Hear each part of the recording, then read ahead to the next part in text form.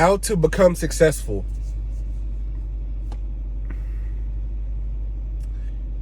You have to change your mental attitude and your mental processes and you have to target it towards problem solving. You must change your mental attitude in the sense of you must become a 1%er. Understand, at one point, me and 99% of the people on this earth were just living day to day, right? You have to elevate your mind to a point where it's like a flight.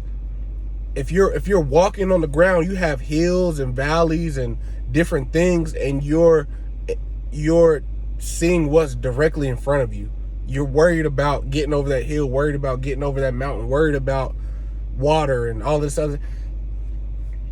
But you need to elevate your mind, and your mind needs to be vibrating at a high frequency. I like to compare it to a plane. When you're on a plane and you're looking down on the earth, you're elevated. Your mind has to become elevated in the way that you operate every single day. And good things will happen from that. They will derive from you elevating your mental capabilities and also self-discipline. So a little bit about me. My name is D'Angelo. I own this company right here. I'm actually celebrating the launch of a new company. The paperwork is still at the Secretary of State, but I've been working hard to develop relationships with bankers, and I got my guy who's going to carry my products, and then eventually I'm going to branch out. I've been talking to some recreational places. I got some things lined up.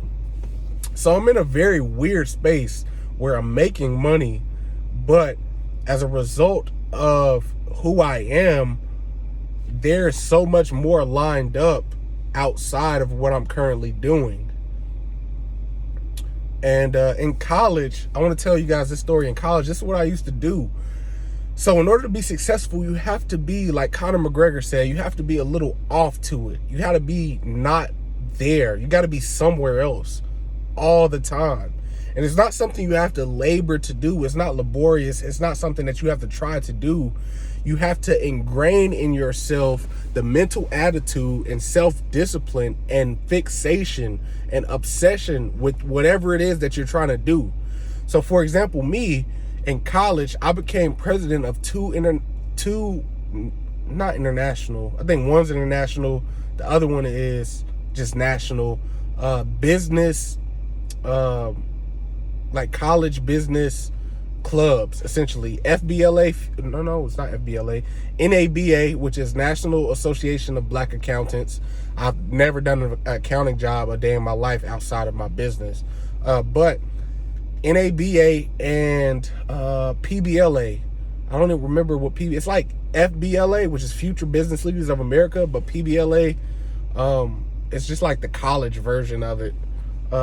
So within 2 months, I became president and vice president of those two things. And at this time of my life, I was on this real mental, cerebral journey to where I was subjecting myself to things, and in terms of creating a habit of success in my life, I was subjecting myself to things that most people just don't do. For example, in college, I remember going to it was like a college night volleyball game or something like that, or night party or something like that, but it was organized by the college, and they were handing out these 2-foot tubes, about 24 inches, 2-foot tubes, and they had, it was styrofoam on the outside, like a styrofoam cylinder, and inside it had a LED strip that changed light colors, and you could, pretty much, like, it was a switch that you turn it on and off or something like that. And I got like 3 or 4 of them, and I went to my dorm room and I mounted them in my bathroom because I played golf in college. That's how I got into college. I graduated high school with a 1.8 GPA. The reason I graduated high school is because they didn't want me there anymore. But I did have success in my high school phase. I got kicked out of a whole district, so I went to a school called Myers Park, and I was in a paper for playing golf and all these various other things, but I was also selling drugs at the same time. So my dad used to say it's like this Dr. Jekyll, Mr. Hyde type of Superman, Clark Kent role that I was playing, because I was rebelling and revolting against societal norms that I didn't even know I was doing it, but I was doing it out of a sixth sense, an innate disgust for the state of the world and the state of human beings and the state of society and the state of what it means to be a human or a man. I didn't like it. So I was getting it all. I got the best of both worlds in high school. Long story short, I got caught with like a little, it was like a Swiss Army knife or something like that. But I had built up such a reputation with the school officer and the principals and all of this that they were looking for anything to get me up out of there. So I got banned from the district. I couldn't even go back to the district, not even to school, the whole Mecklenburg County district. So I had to move out to the ass crack of nowhere with my mom and go to a school, well, living in a town that only had like 3 stoplights. And that's a different story for a different day. But in college, I got these tubes that we got from that little party thing with the LED lights and all. I mounted 3 or 4 of them in my bathroom. And once, twice, 3 times a day, I used to go in there, turn off all the lights, turn the structural lights off, and then turn on the LED lights that changed colors and flashed and stuff like that. And I would repeat mantras to myself. I was trying to hypnotize myself, or better yet, instill in my subconscious value and principles. And so I did that for a while, and then I went on to do various things. Played golf, like I said. We won the 2018 conference championship, and I began to find myself in these places where greatness and success was coming to me. I wasn't in if you know anything about, my college was at HBCU. If you know anything about HBCU, you know about the AKAs, the Deltas, the fraternity, the Omegas, all of those guys, pretty much. I was a guy, I was convinced, I was like, I don't want to do I'm not going to pledge anything. I was just learning about Christ at the time, and it was talking about not to take oaths, and I was just like, and that's just not me. Like, I'm not going to do something that somebody tells me to do just to be cool. Like, but that's me personally. It's a little deeper than that, and I'm not going to get into that on both sides. It's a little deeper than that, but it just wasn't me. And I ended up dating a girl who was in a sorority. It's like a big sorority. It's not the AKAs. It's the Deltas. She was a Delta. And that was a big thing, man, because if you're not pledging and you dating a girl that pledged, you boss topping. You know what I'm saying? So I was that, yeah, man, a lot of encounters with the sorority girls, and opportunities and missed opportunities and opportunities taken advantage of. But we're not here to talk about that. Oh man, it's kind of funny. Oh man. Yeah. But that's not why we're here. So I got those lights, and within 2 months I became president and vice president of those organizations. And at that point, it kind of clicked in my brain that if I put my mind, like my dad was telling me all my life, if you put your mind to it, you can do it. But that doesn't really mean anything until you really grasp what that means. And what that means is, here's an analogy that I used to tell people. If you were obsessed, focused, fixated on a pink elephant, you spent all your time, all your money, all your resources, every waking moment of your life, focused, fixated, obsessed over a pink elephant, eventually you would get to the point where you are looking at a pink elephant. If you spent all of your life let's say you got 50 years and you worked this whole time focused on this pink elephant, not focused on electricity bills and water bills and stuff like that, but you're focused on a pink elephant. Eventually, you will get enough money to go to a zoo and you'll see an elephant. Buy a mission to take it, see an elephant. Oh, that's pretty cool. Move to Africa or buy an elephant and freaking paint it pink. If you're really focused, if you're, gone to it, that's your life. You get a job in order to get money, in order for 10 years down the road for you to get an elephant in your backyard. And I'm saying you really plot it out, you would have a pink elephant. And that's the analogy that I like to use to get people to understand where I'm coming from. You got to be a little off to it. You have to be delusional about success.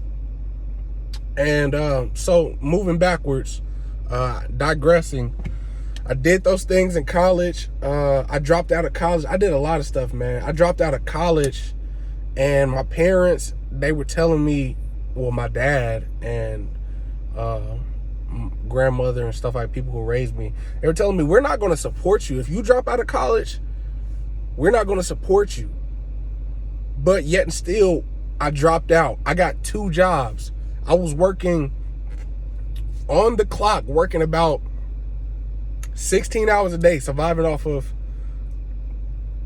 4 hours of sleep, roughly, if that.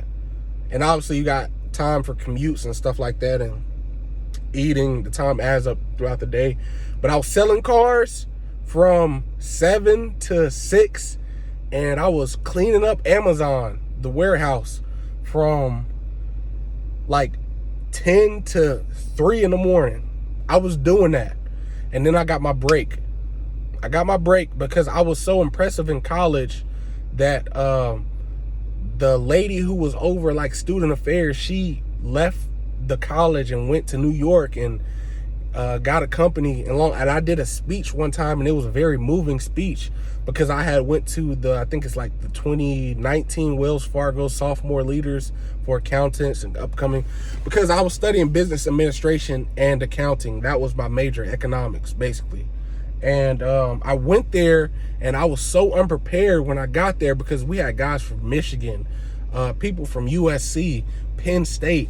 It was this group, and it was like a 3-day thing, and they paid for your hotel and all of this various other stuff. But I was coming from a Division II college with the terrible reputation, and I didn't know what these people were like speaking a foreign language to me. They were talking about EBITDAs and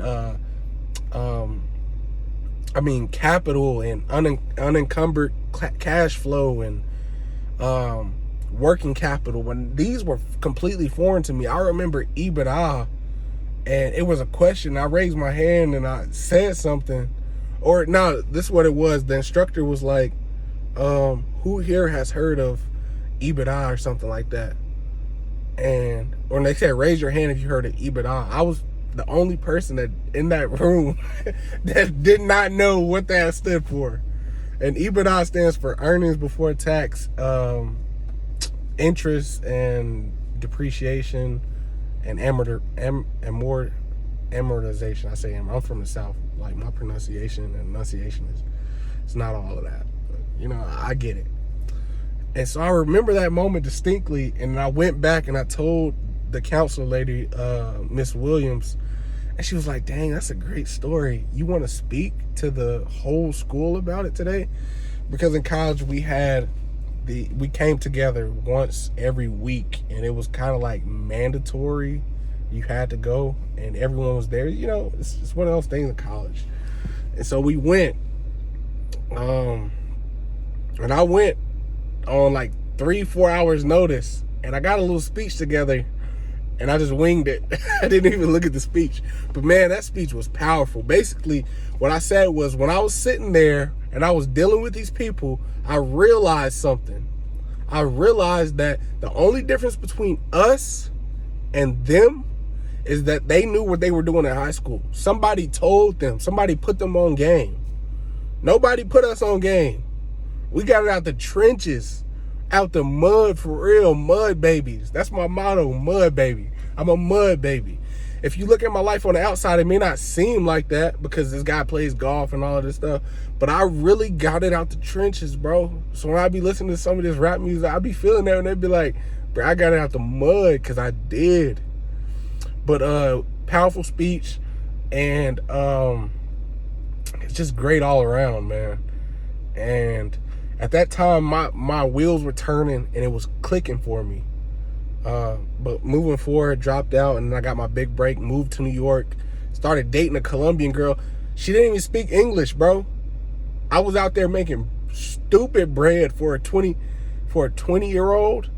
And then I turned 21 when I was up there in New York, New Jersey, working for that company. I was making stupid bread, like 100 bands a year, bro, as a 20-year-old on your own. Never been outside of the East Coast. And I mean, New York is the East Coast, but New York is New York. New York is not, you can't mix and match, you know, it's apples and oranges, literally the Big Apple. But the first legal drink that I ever had was at the Trump Hotel in Manhattan. I think it was Manhattan. I remember it vividly. I took like 2 trains to get there. I walked past the Ralph Lauren store. I'm like, oh, that's dope. I went in there. I sat at the bar. And this is me, dude. This is me.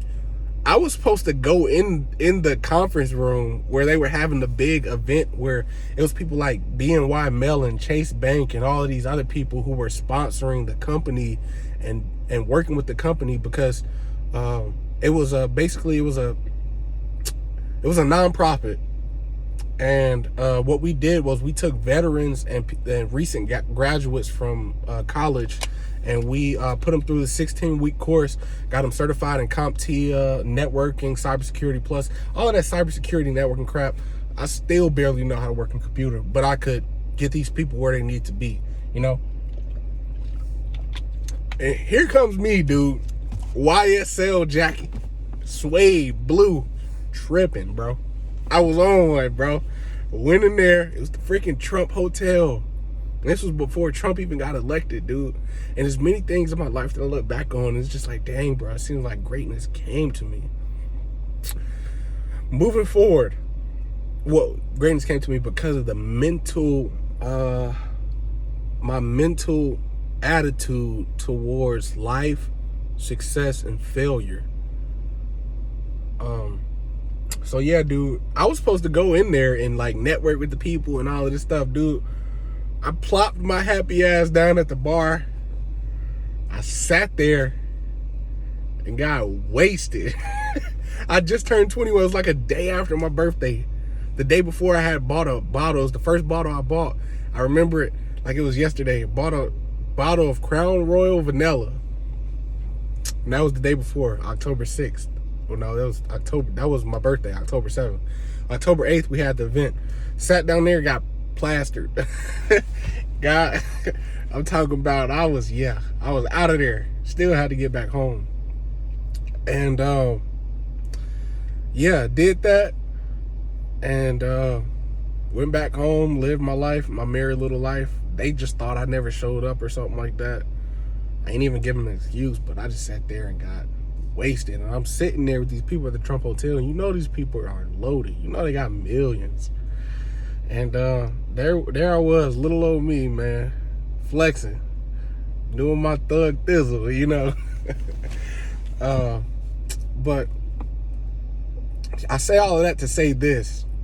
There was a point in my life to where I was dedicating every waking moment, like doing bad in classes, all that stuff, because I was so focused on how do I change my situation. You have to, like Eric Thomas said, the hip hop preacher, you gotta want to be successful more than you want to breathe. It has to be mandatory and necessary. I'm happy when I wake up at 4 a.m. and I know I got to go punish myself in the gym, and then I gotta not eat until 2 or 3 or whenever I get back home. If it's like a cardio day and stuff, and that's hard, dude. And I get excited, bro. I feel like I'm getting to the point where every day I feel like, you ever feel like you got something to do the next day and it's exciting and you're happy and you're pumped for it, and you just can't get your full night's sleep. You can't get the proper rest. You can't, sleep the way you know you should be sleeping because you're just so excited. I feel like that almost every day. Dude, I'm telling you. It gets to a point where you accomplish your goals and you're accomplishing these things, and it's not even about the money anymore, dude. It's about the feeling. It's still about the money because feelings don't pay the bills, but bro, it's beautiful. And most people never get to that point because they're stuck in the rat race, the trap of life. I encourage people to go to college because it's like calm before the war. If you just graduate high school, you go right into the workforce, you're putting a ceiling on yourself in terms of your ability to mentally imagine who it is that you want to be and learn about yourself.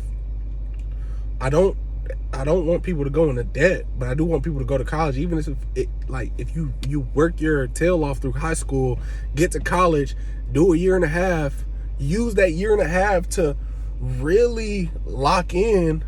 Let's say you get scholarships and stuff like that, and then get up out of there, because I don't believe there's anything in college that's extremely valuable other than just showing that you did something. And obviously, as time goes on, you got freaking college courses on Udemy and YouTube. Everything you need to know is on YouTube. But it's a calm before the storm. Because think about it. A month before you go into college, you have to raise your hand to go to the bathroom. Now they're asking you to take out loans that you can't get rid of and pick something that you want to do. And you're freaking 17, 16, 17. It's ridiculous. And I'm not going to get into that because the system it's not for you, bro. It's not for you. But I wanted to tell you, success equals obsession. You must obsess. You must be delusional. You must develop an ego about yourself. And the ego can be bad when not embraced. You must embrace the ego, embrace the dark side. Like, it's just like Conor McGregor, dude. That dude, why do you think Conor McGregor can sell out any arena if he decides to come back and fight again? And you got these guys who've been doing it for 10, 15 years who are still on UFC Fight Night. If Conor comes back, yeah, payday for everybody. Everybody. You know what I'm saying? Why is that? It's because of who he thinks he is. And eventually, look at that Conor McGregor documentary that he made and put on Netflix. I think it's just called McGregor. That's who you have to become. You have to become delusional about yourself, delusional about your goals. And you got to let the hate and the rejection and the disappointment, you got to let it fuel you. I got into shape about a year and a half ago. I really got into shape. I was like freaking 215 pounds of twisted steel and panther piss. Like, dude, I was twisted up. And then I got into the business and, I was doing it wrong. I was just focused on that, and I didn't take a holistic approach to it.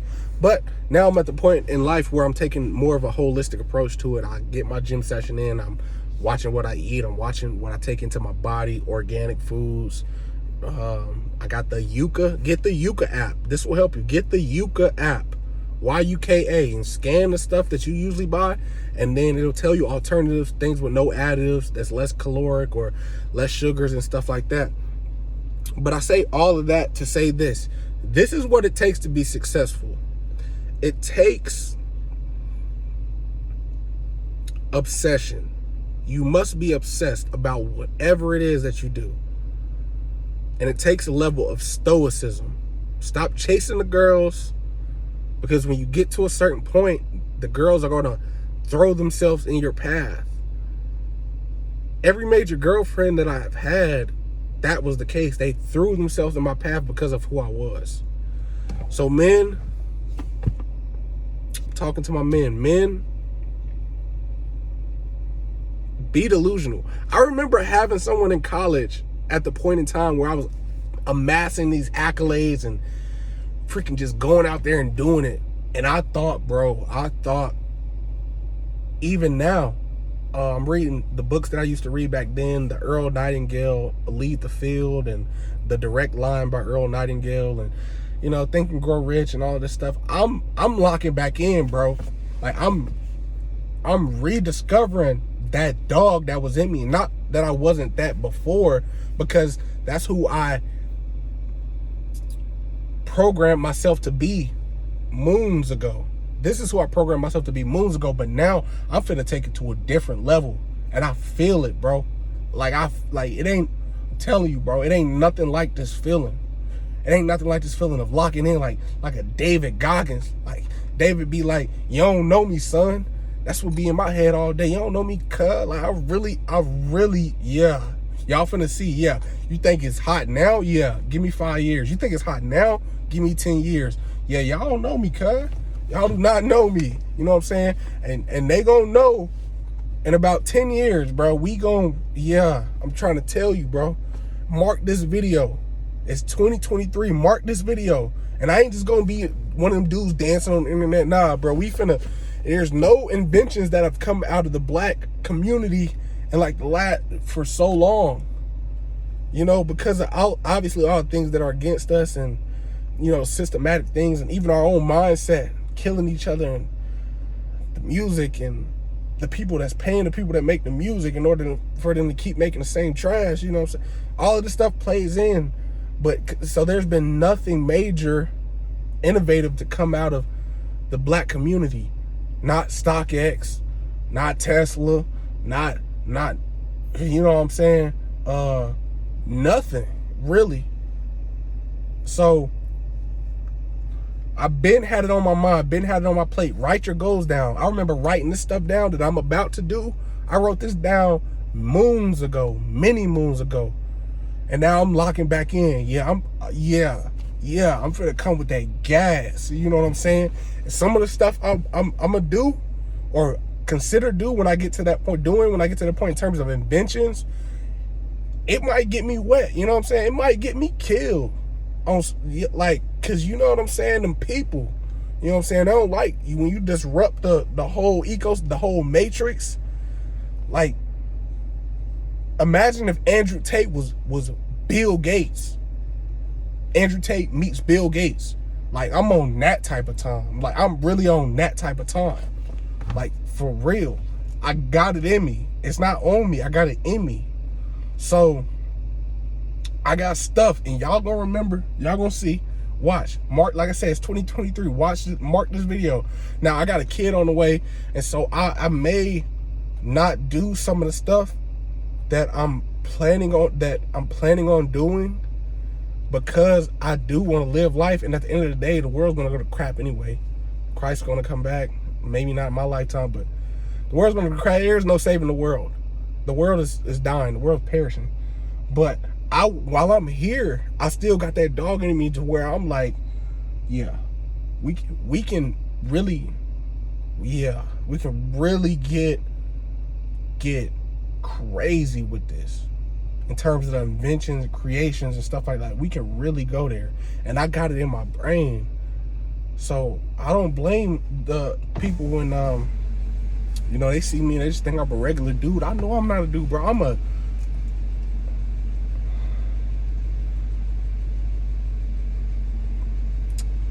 Yeah.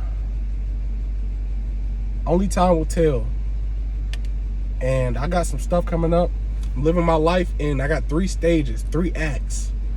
It's like a play. My first act has been, well, I had my adolescence coming up. I consider that to about 2021. That's not my first act. That's just the growing up part. My second act, and I wrote this stuff down. My second act is getting rich, not wealthy. My second act is getting, well, I can't say not wealthy, but yeah, getting rich and wealthy.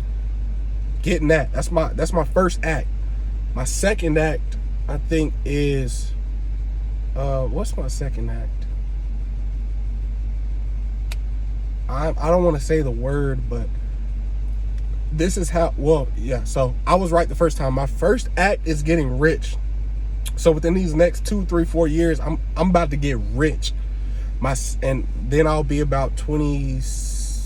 I'm 24 now. I'll turn 25 in October. So I'll be like 28, 29 when I move to the next phase, which is getting wealthy. Well, actually, yeah, 18 to 24 months. My plan is 18 to 24 months. So, yeah, getting wealthy. And then the third act is inventions and creations. That's what I'm going to, after I get wealthy to where you know what I'm saying? I can get up out of here and my people straight and we straight and I got my trust and I got my board. I got all of that set up and we good. I can get up out of here at any moment. That's when I'm really going to start rolling them dice. You know what I'm saying? And hitting them people with that gas. You know what I'm saying? Hitting the population, hitting the 1% with that gas. That straight gas. And I ain't playing, bro. I'm not playing. So, yeah, 3 acts. 3 acts of my life. Right now, I'm still in the first. I'm at the beginning stage of the first act. I'm probably about 25% through the first act. But notice how I'm talking right now. Like I was saying before, that 30,000 foot view where I'm not just trudging hills and mountains, dirt on my boots. I'm looking over, I'm peeping the whole thing. And I'm acting accordingly. And it's beautiful and it hurts and I'm suffering, but it's beautiful because of the fulfillment. So digest what I said. Success is obsession. Whether that's an obsession with, like Steve Jobs, with making people's lives better, not clicking on the phone. He was obsessed with that, dude. He was obsessed with how do we get there? How do we get to the next point? You know, the Wright brothers with taking flight. They're like, see the birds in the sky. Like how they were obsessed with. You gotta be upset. You gotta be delusional to it, bro. So that's my message for today. I'm done. All right. Crack the code. Lock in. Handle your business. And I'll be talking to women specifically coming up here pretty soon on what us men need from women. And men, I'm going to do something for you to let you know what you need to be to get this, all of this crap that's going on, to get this, you know what I'm saying, to handle that. So, all right, boss.